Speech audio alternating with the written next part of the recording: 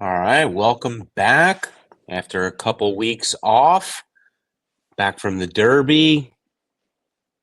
Prep races for the Derby are over, done, dusted. Looking ahead to the Preakness. Kev, welcome back. Good to see you. Yep. Had to get a haircut, wash myself of Derby Day picks and wagers. But we're turning over a new leaf. We'll Yeah, be it's in person for Monmouth opening day tomorrow. Get the juices flowing. I can feel it. going to be exciting. I was realizing the other day I haven't been to Monmouth in many years now. Haven't Yeah. been there in quite some time. Yeah, this is the new tradition of me and dad and my son. We went opening day last year, so we're going opening day this year. Um, Kind of keep the juices flowing into Preakness next weekend, and then a couple weeks, and then Belmont. But uh, but yeah, and the Long Branch Stakes is usually a decent race with some horses that have a little bit of say in the New York circuit uh, at some point this summer. Yeah. Everybody's getting a good look at my basement right now. So when we hit the commercial, I'll blur the background, which I forgot to do before I hit record here. All right, so we're gonna attack the cross country pick five. Hit a little Aqueduct and Monmouth, and it starts with race 5 at Belmont at the Big A, and wrong page. Sorry.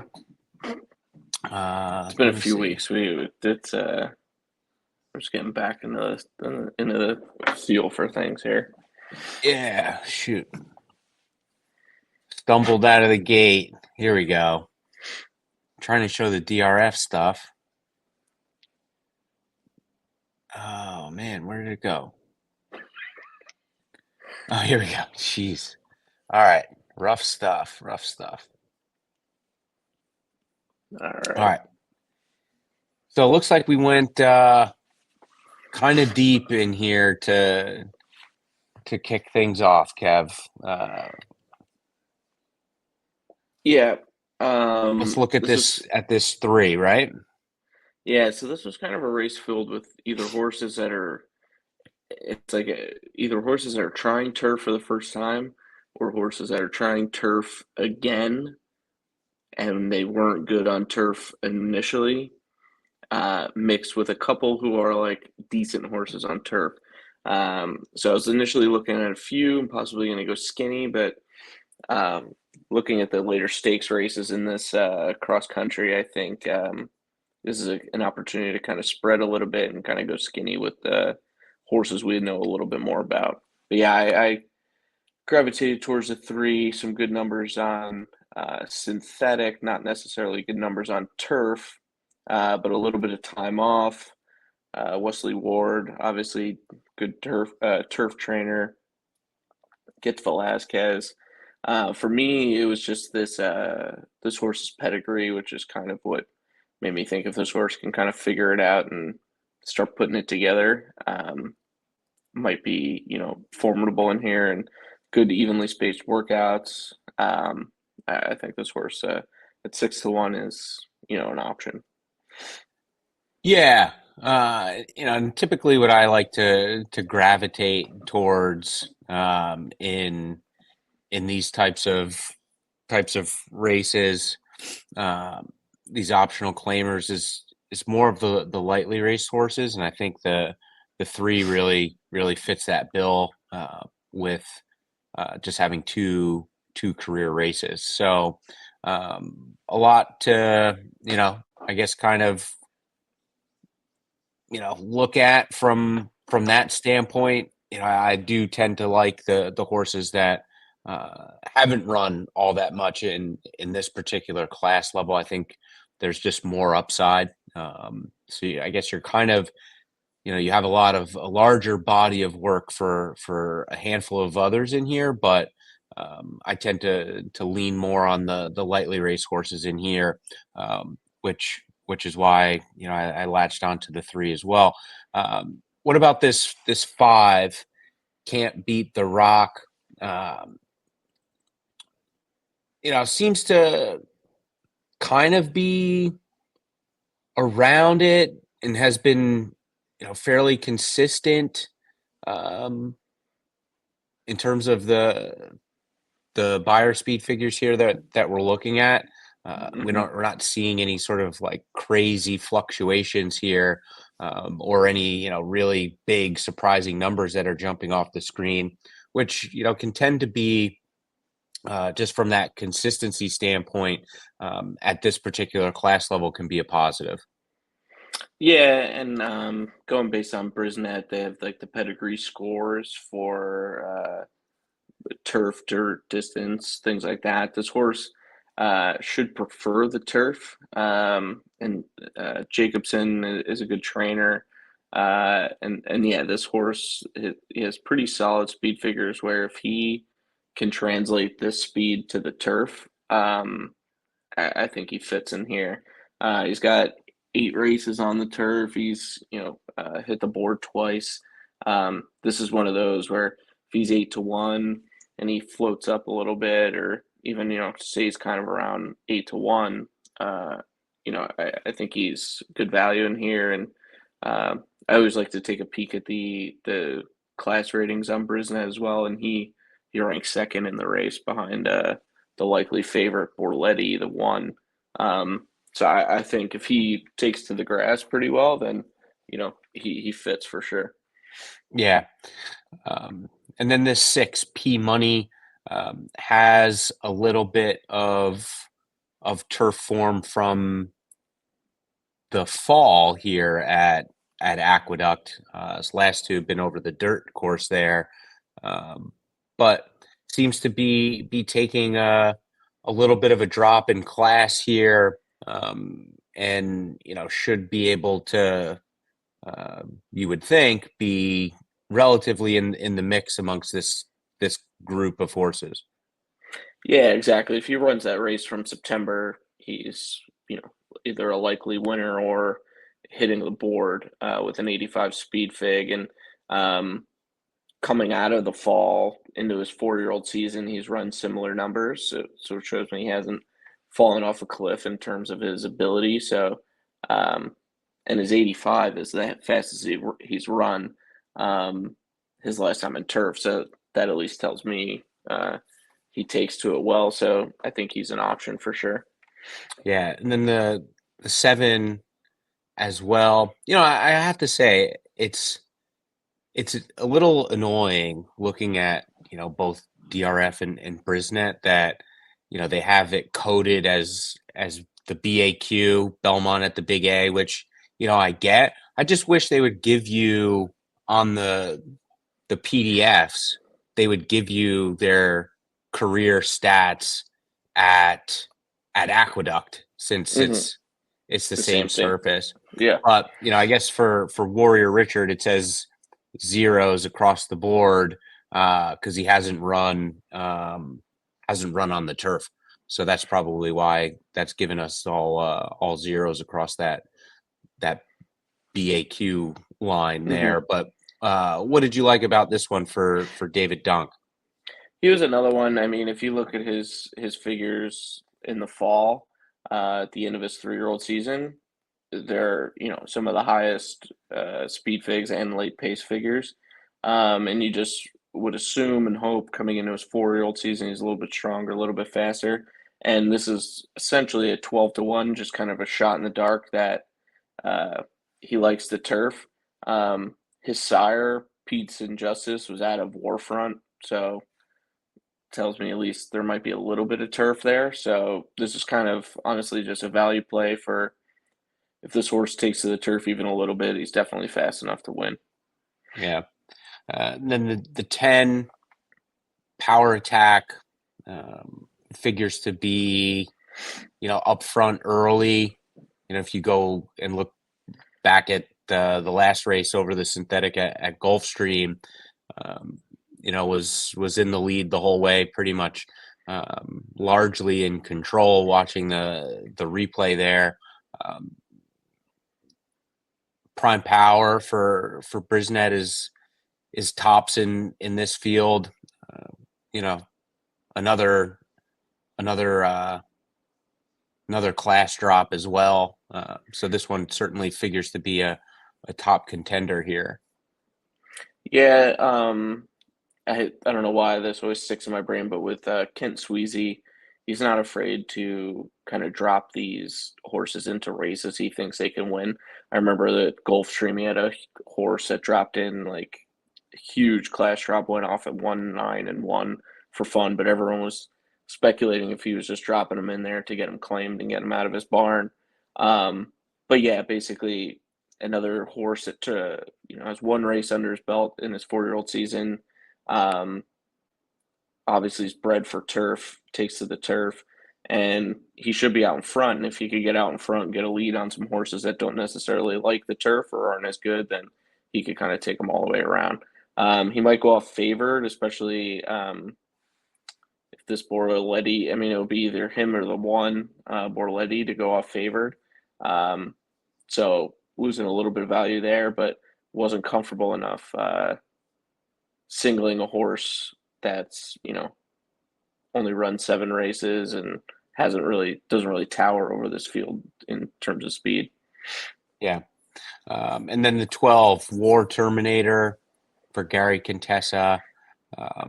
Last race wasn't all that bad. I think if he runs back to that, certainly fits in here, and has at least plenty of turf form that we can kind of rely on to get a good sense of what this horse is capable of. Yeah, I mean, if he runs back to that form from last summer at Saratoga, I think his figures fit.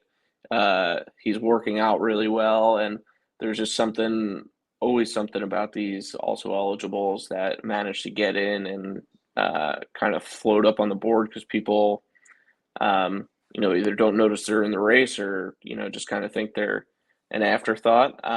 Especially Katie Davis, Gary Contessa, the percentages wise, they're, not the greatest connection. So I think we'll get all of this 8-1, maybe even a little bit higher, just based on some of the other connections in this race with the Dutrow Irad combo.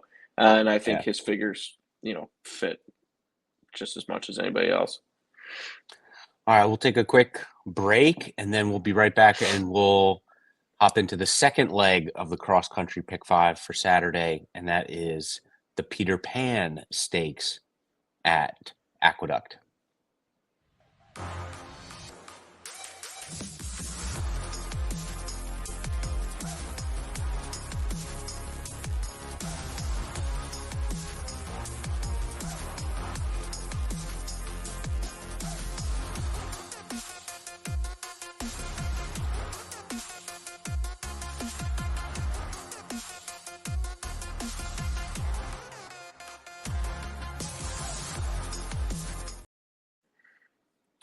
All right. Moving on to the Peter Pan, which last year we saw, I was going to say Arrogate, which is not true. Arcangelo, who was out of Arrogate, or by Arrogate, I should say. So that's that connection there. He ran in the Peter Pan, went on to win the Belmont. And then he won the Travers as well. So maybe a key prep for some summer racing here, perhaps. I remember watching that race on the simulcast TV at Monmouth, and I turned to our dad and I said, "Who the fuck is Arcangelo?" Because I had never heard of that horse before, and he dug in and won, got a huge figure that I never believed. So then I faded him in the Belmont, didn't work, and then I said, "You know what? Let's fade him again in the Travers." Didn't work. I was gonna fade him in the Breeders' Cup Classic, and that would have worked. But I digress. But yeah, we had a few in here that we like that aren't named the Wine Steward. Yeah, I think the Wine Steward will run pretty well. I thought the Lexington was a fine race. I was a little bummed that he ended up scratching out of the Breeders' Cup Juvenile. just looking through the PPs leading into that race, I kind of liked him a bit. Um, getting beat by Encino last time, and perhaps Encino wasn't a completely legitimate Kentucky Derby contender, though he got in the gate before it ended scratching. I don't know, just perhaps this race for the Wine Steward might just be more of a timing thing than a quality thing, but we'll see what happens on Saturday. But I think we're going to take a stand against him here. Yeah, I think there's just some other horses in here that are lightly raced with some promising figures that could possibly jump up. Though I will say, I mean, the line steward's going to be tough to beat, but especially with these cross countries, it's tough to get a decent payout with obvious horses or obvious singles. So this looking at the sequence, this is a likely single for a lot of people. So we're going to try and go in another direction and beat them. Yeah, and we'll start with the 2 unique insight for Chad Brown. Um, I like the way this horse is coming into this race. Took him 4 tries to break his maiden, but looking at the Brisnets, 91 speed figure in that maiden breaker back in February. Came back about 2 months later and popped a 95, winning. So back-to-back wins, seems to be progressing very nicely. And, I think, just looking at some of the pace figures from that last race, pretty even throughout, which is something that I like to see, especially in these races that are a mile and a 16th and longer, and this is a mile and an eighth. So certainly that running line out of that last race is pretty promising in my eyes. Yeah, I agree. And there should be some moisture in the track. It's been, I don't know about a little farther north, but it rained all day today. Probably be dry tomorrow, but you get a gun runner candy ride, a little moisture in the track can't hurt. And then the thing I liked is just with like 3-year-olds, um, came out of that race on April 12th, 2 weeks later, got back on the work tab, had 2 regular, good, solid works. And his speed figures fit. I mean, if he can get out there and kind of run these 95s and kind of set his own pace, he could just turn it into a merry-go-round. Um, and that's what we're hoping he does. Yeah. Yeah. I mean, it does, seem like it might set up for him to have a bit of a pace advantage in here. Tuscan Gold, which, I figure if he's stuck in here and opted to stay in here rather than go to the Preakness like he did, maybe I would have taken a little bit of arm twisting on my part, but I feel like, me twisting your arm, I mean, we probably would have just singled Tuscan Gold in here. Mm-hmm. At least I would have been pushing pretty hard for it. So we'll skip over him since he's not running and land on Antiquarian for Todd Pletcher and Johnny V. Another one, that just seems to be coming into the race very nicely. I think that Louisiana form held really good in the Kentucky Derby. This horse finished 4 lengths back, 6th place in the Louisiana Derby, 4 lengths back of Catching Freedom and Honor Marie, who both, ran respectably in the Derby. Also behind Tuscan Gold, who we just mentioned is going to the Preakness, who we both really like. So I think if you kind of look at that and just the types of horses that this one was kind of competing against, seems to have, at least from a competition standpoint, perhaps a little bit of an edge. Yeah, I mean, the fairgrounds, arguably produced some big 3-year-old players this year. And I just like he's got regularly spaced works. Um, speed figures are improving as he's getting, these distances are getting longer. Um, Pletcher Velazquez is always a good combo too, but uh, to me, he just seems like a horse that, if we're trying to get a horse that's gonna pop a big figure, pop a new top, he seems like one that's eligible to do that for us. Yeah. Yeah, I like, looking at the Brisnet, that E2 pace. He's got a 102, which just suggests to me that he's got some good athletic ability where he can kind of, use the middle of the race to find himself and allow him to kind of be a little bit dynamic in the second half of the race. So I Hmm. always like when you kind of see a bigger E2 figure on the Brisnets. Just suggests a little bit of, maybe hidden ability for some of these horses.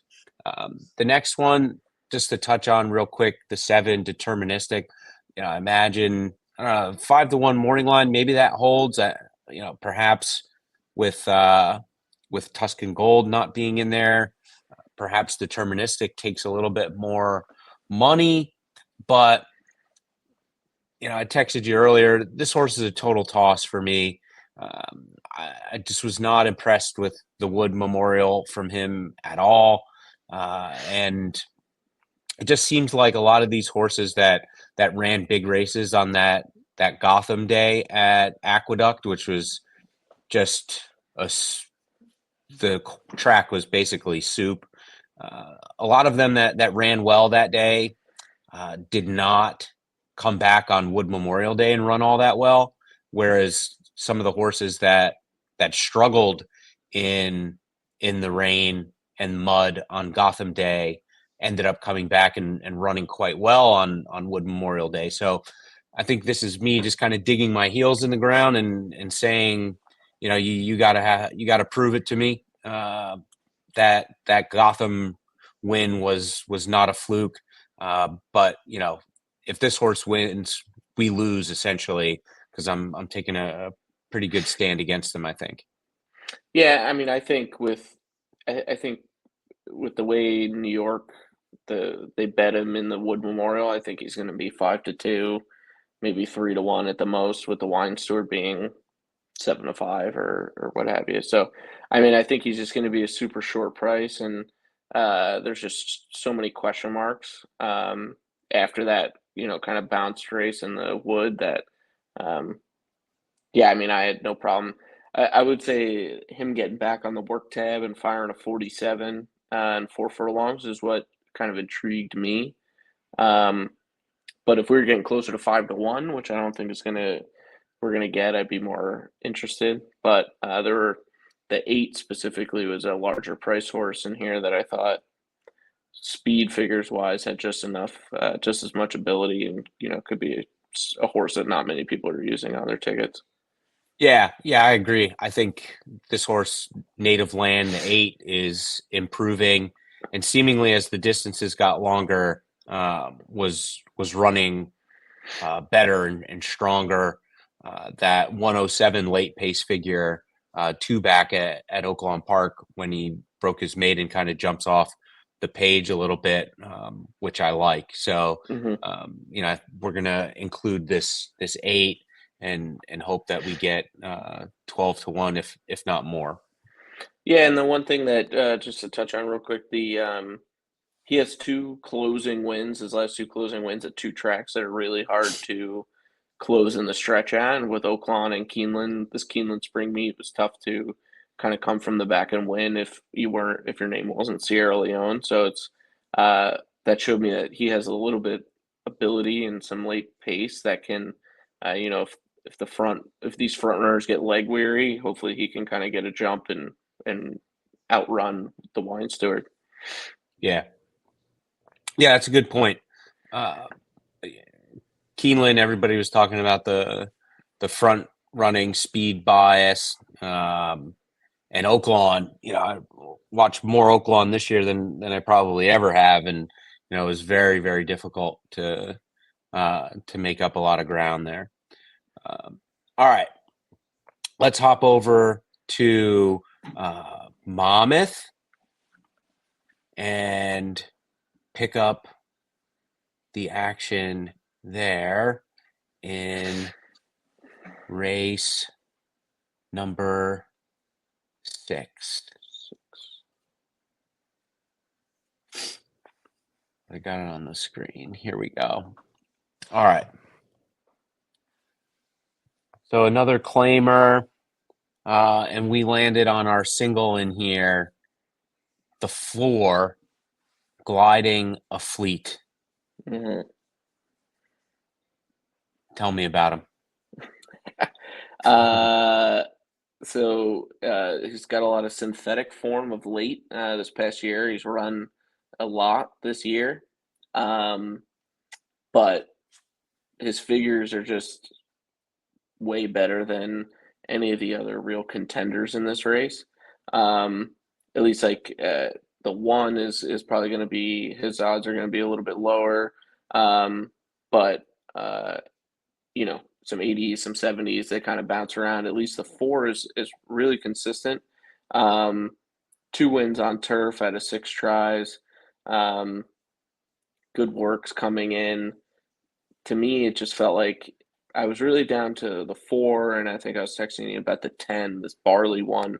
But the 10, to go back to your philosophy, the 10 has raced 42 times and is 7 years old. Where the 4, 4 years old, he's run 16 times, but really a lot of these races are recent, and he's getting a couple week break, which is a little bit more than he's used to, really, the way they've been running. But even when he's been running with these closely spaced out races, he's still kind of, you know what you're going to get, and you're going to get consistency. And then lastly, just going based off that average class last 3 races, on Brisnet, he was right near the top. So that for me was, I could tell you, I don't know how many cross-country Pick 5 tickets are going to be put in. Not many are going to have this 4 singled. So if we could get here, if we could get to this leg and get through this leg, we'll be, sitting in a really good spot. Yeah. Yeah. And, it's, I don't know how popular that angle is in these claiming races, these optional claimers. Sometimes I even lean on that angle, and, the non-winners of 1 or 2, that angle of just really looking closer at the more lightly raced horses in the race, the younger, more lightly raced horses. They do tend to typically perform better at this level than the older horses that have been, knocking around for 30 plus races. So, like you said, taking a shot here, this horse definitely is a reasonable contender. And we're just trying to keep things skinny and tight and relatively inexpensive. And hopefully we get this one home, and a lot of people either spread or perhaps even try and beat this one, and we can knock a few people out of the pool on our way to the next couple. Yeah, I mean, this was a race where you either single or you go about 6 or 7 deep. You could easily go. So it just felt like a good place to kind of take a stand. Yeah. All right, one more quick timeout, and we'll come back and talk about the next race in the cross country Pick 5. Solomini, a top 10 first crop sire in 2023, standing at McMahon of Saratoga. 14 first crop winners, including My Shady Lady, winner of the $500,000 New York Stallion Series 5th Avenue Stakes, Grade 2 winner, Winstock, and Stakes winner, Solo Shot. Solomini, the 7th leading freshman sire and the only top 10 freshman sire with a Grade 1 or Grade 2 winner. He sired a $700,000 2-year-old at the OBS April sale. His juveniles sold for nearly 6 figures on average, more than 12 times the stud fee. Solomini, a controversial DQ from being a Grade 1 winner by 2-time Horse of the Year Curlin, standing at McMahon of Saratoga Thoroughbreds. All right, we are back looking at the Man O' War, Grade 2. Didn't this used to be a Grade 1? You're asking the wrong guy. I didn't know that they could do that until like a year or two ago, that they changed the gradings. So Yeah, I want to say that this was a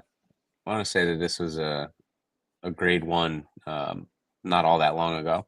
Anyway, Cortez, the 2 for Christophe Clement, had a really nice win in the Pan American at Gulfstream Park back at the end of March.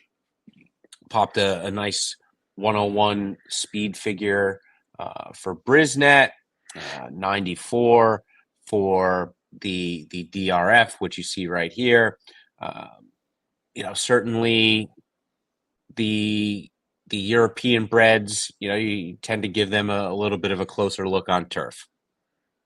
Yeah, exactly. And that 101 is a, solid figure. Ran exactly, actually, the Brisnet gave him the same figure as Tawny Port, just a little faster late pace. But for me, with these long distance races, I just look for a horse that's done it before, has won, and is running fast late. And he fit the bill, especially.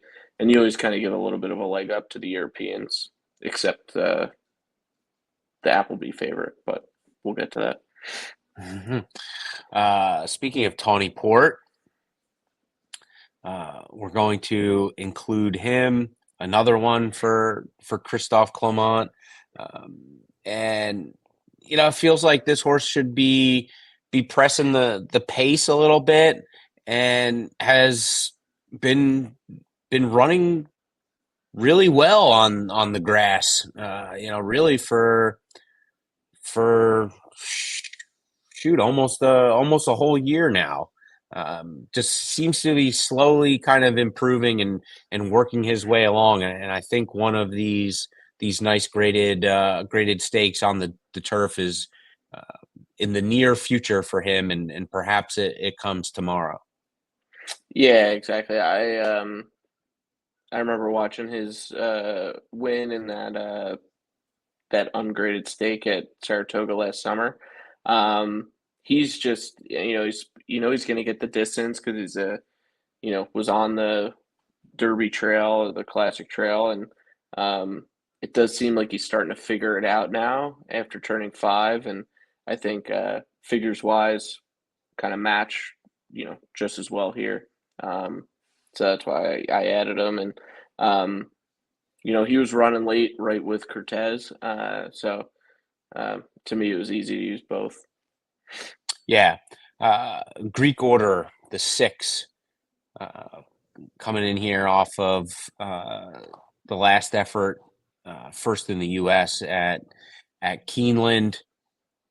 What was it about this one that you liked? So for me, this horse, to me, he wants longer. So he came over to the U.S. First race at Keeneland, was bet down to a favorite, only at a mile, an allowance race, lost to Evan Harlan, who's a decent turf horse, and dude in Colorado. I remember this race because I did not have, or I probably bet on. I actually think I bet on Greek Order, but I just think this horse wants longer. His distance pedigree is one of the highest in the race. I just think he wants longer. He doesn't want this mile. He ran well, mile and a quarter.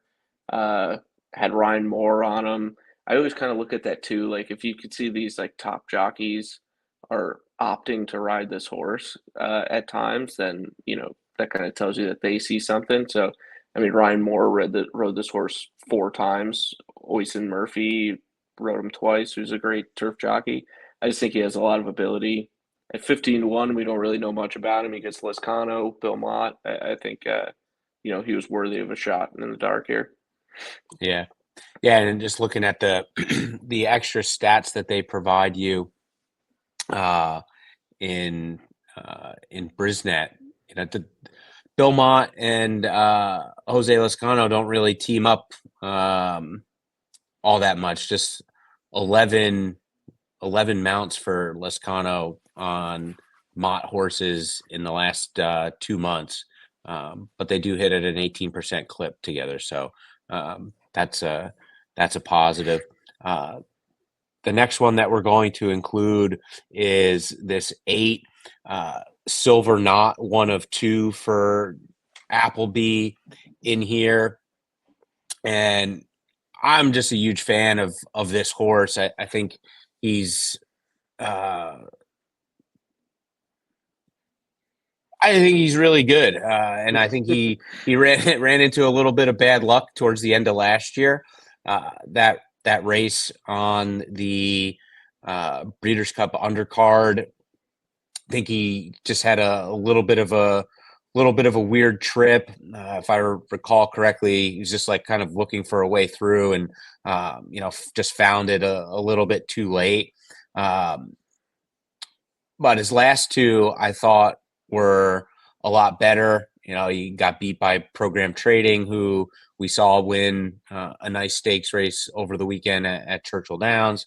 Got beat by Web Slinger, who still remains to be, a mystery for the both of us somehow. But then he won the Elkhorn last time out at Keeneland, and I think he's just sitting on another solid effort and second off the layoff. He's been in the U.S. for quite a while now, so I'm looking for a nice big effort here from him, and I think he's gonna get up over Nation's Pride, who most people I would imagine are gonna single, and he's gonna be the odds-on favorite in here, I think. Yeah, I agreed with everything you said. I like too that he gets Pratt, who rode him in the Elkhorn. I have no stats to back this up, but something about Dettori outside of California just feels like I last weekend on that Kentucky Derby card, he did not win a single turf race, and he was on the favorite, and it felt like almost every single turf race. And I mean, granted, he has not that much to do with winning, but to me, it just felt like I'm much more comfortable with Pratt on a horse he's ridden before and gotten a win under, more so than Dettori riding a horse he hasn't ridden since Aqueduct. Well, he actually, it's funny to say that the last time Dettori rode this horse was at Aqueduct and he won a mile and a half. But you know what I'm saying? That was 2 years ago. But Yeah. yeah, so I just think, and this horse is going to be favored and going to be bet way down and going to be singled on a lot of cards. So the other Chad always seems to screw us up. So why not go with the other Appleby and hope it works out for us? Yeah. I'm a fan of Silver Knot. Maybe this is just a little bit of um, you know, a bias play. Not that he's totally impossible here. I mean, he's going to be the second choice most Mm-hmm. likely. I like him. I think he's improving in his second start off the layoff. Not that that's a rocket science hidden angle or anything, but I was impressed with his last effort, and I think he should improve off of that. And any improvement from there, I think, puts him right in the mix here. I'm just kind of just looking quick to see. So, I mean, they must have just shipped Nation's Pride in April, I would imagine, to Belmont. I mean, he's got 3 published works: May 1st, May 4th, May 8th. So I imagine he was probably in the UK because he hasn't run since November. Mm-hmm. So perhaps he's In, been here in for. Bahrain, who knew they even ran horses there? It's like how they Um, find out about these races. It's crazy. But anyway, Yeah, so he's probably he's probably been stateside for a couple weeks now. So we'll see. It's a lot of travel. We'll see how Hopefully he he handled stinks. it. Yeah, yes. All right. So that's it at Aqueduct. Yes. Let's switch back over to Monmouth for the finale. Oh, I got the right one. There we go. Race 7. And the Long Branch, where we Fun landed race. on the 2, Sugar Boy. Let's start there. Yeah, to me, this horse, came over from Puerto Rico, was undefeated in Puerto Rico, shipped to Tampa, went off. He wasn't favored, but it was 2-1 in a $100,000 stake race. Ran well, ran a hard second. I thought, this horse second start of his 3-year-old season. This horse has some ability. And he's had some decent workouts after that race in Tampa, and I think his figures now are a little bit below what some others have run in here, but to me he's a big contender to kind of pop a big one here. Yeah, I agree, and I think I didn't play Monmouth all that much last year, but everybody kind of knows that there's that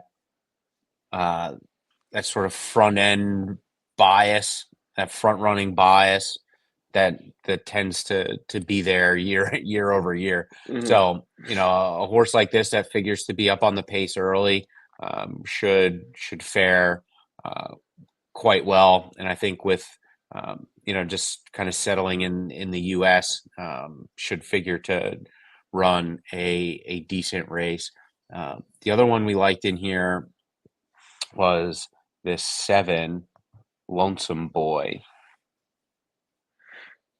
Yeah, scratch out of the Peter Pan, or is going to scratch out of the Peter Pan. To me, he's just like at Wood Memorial Day, a lot of horses got like a huge speed figure that didn't seem really like it was legit. But he's kind of backed it up in the past. He's ran some big figures at Parks, and I just think he's a good choice to kind of hit the front end and just kind of keep on going. There's only one in here, the favorite, Heartened, who really has the late kick, who I think has the late kick that can kind of run these front runners down. And even him, he's just coming out of a maiden win really in Tampa, 5th in the Tampa Bay Derby, and then 2nd in a optional claimer at Keeneland. To me, he's a decent play against, but I just think these are Lonesome Boy can just get out there and kind of just run them off their feet, hopefully. Yeah, I agree. Looking at the Brisnet, at this 1.70 mile distance, 2 back and 3 back, they were pretty solid races. The only one, we're not including him, but the one that I will mention is this Evening News, for a couple of reasons. Might be interesting to some, that front running style, which tends to play well at Monmouth. Also the cutback in distance. Perhaps he didn't really like that 1 1/8 of the Wood Memorial last time. And he just kind of stopped running at the around the far turn there. Mm-hmm. So a little bit of a cutback in distance this 1.70 miles. He's run his 2 best races, 2 back and 3 back at a mile. Granted, those were over the synthetic at Turfway, but perhaps the shorter distance and that front running style plays to his favor. And, I think he's a contender here, but, like we said earlier, we're trying to make this a skinny, affordable ticket. So we had to cut somewhere, and this was one of the ones that we decided to leave off. Yeah, it's tough to leave off Jersey Joe, but Yeah. had to cut somewhere. All right. I didn't get a chance to put the graphic together. So let's see if I can whip something up quick with like a banner. All right. So cross country pick 5 ticket. Peek behind the curtain. All right. There we go. So the first leg is race 5 at Aqueduct. And we liked. No. Yes. Actually, sorry. You're right. Yeah, we race went 5. pretty deep here. 3, 5, 6, 7, 10, 12. So that is the first leg of the cross country pick 5. Then it was race 6, which was the Peter Pan, right? Yep. And we went 2, 6, 8. and 8. Then it was Monmouth, race Monmouth 6, and we singled the 3. The 4. The 4. 4. There we go. There The we 4. go.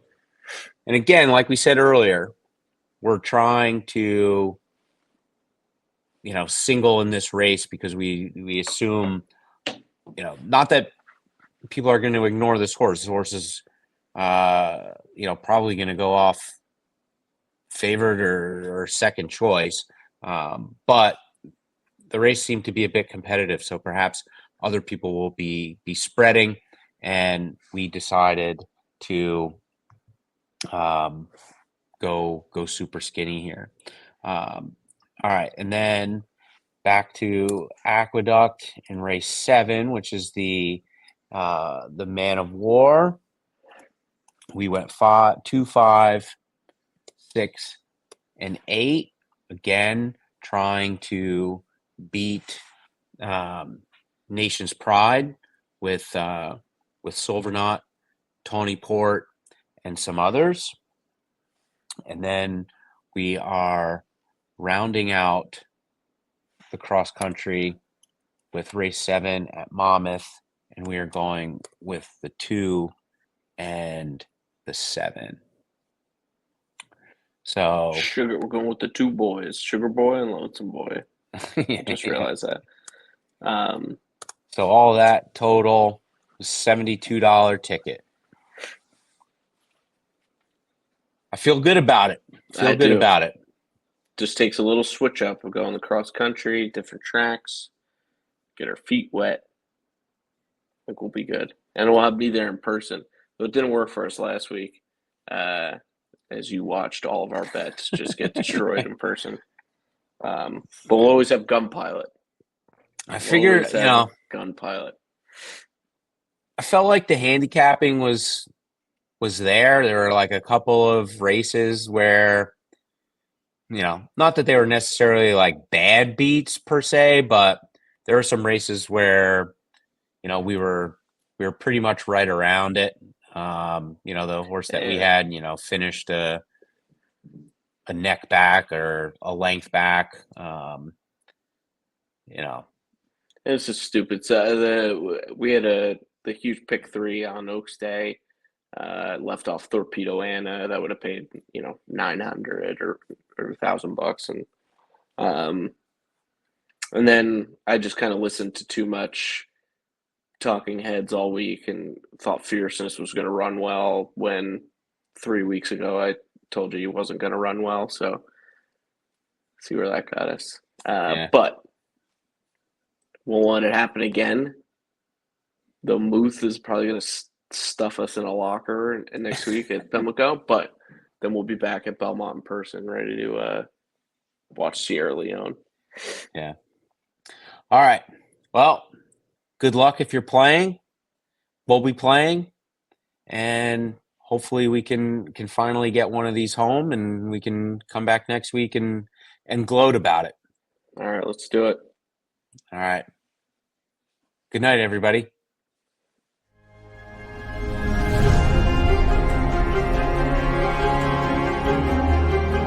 Greatest Honor has taken the lead now. Less than a quarter of a mile to go, and Greatest Honor starts to get away.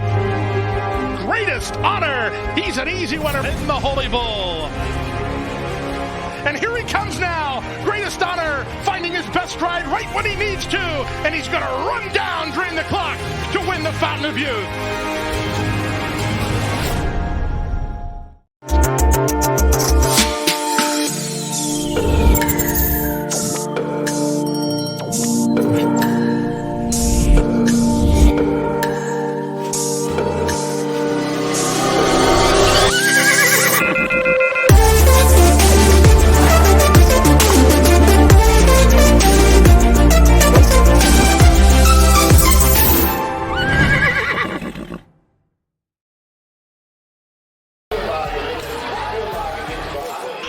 Nobody does it better.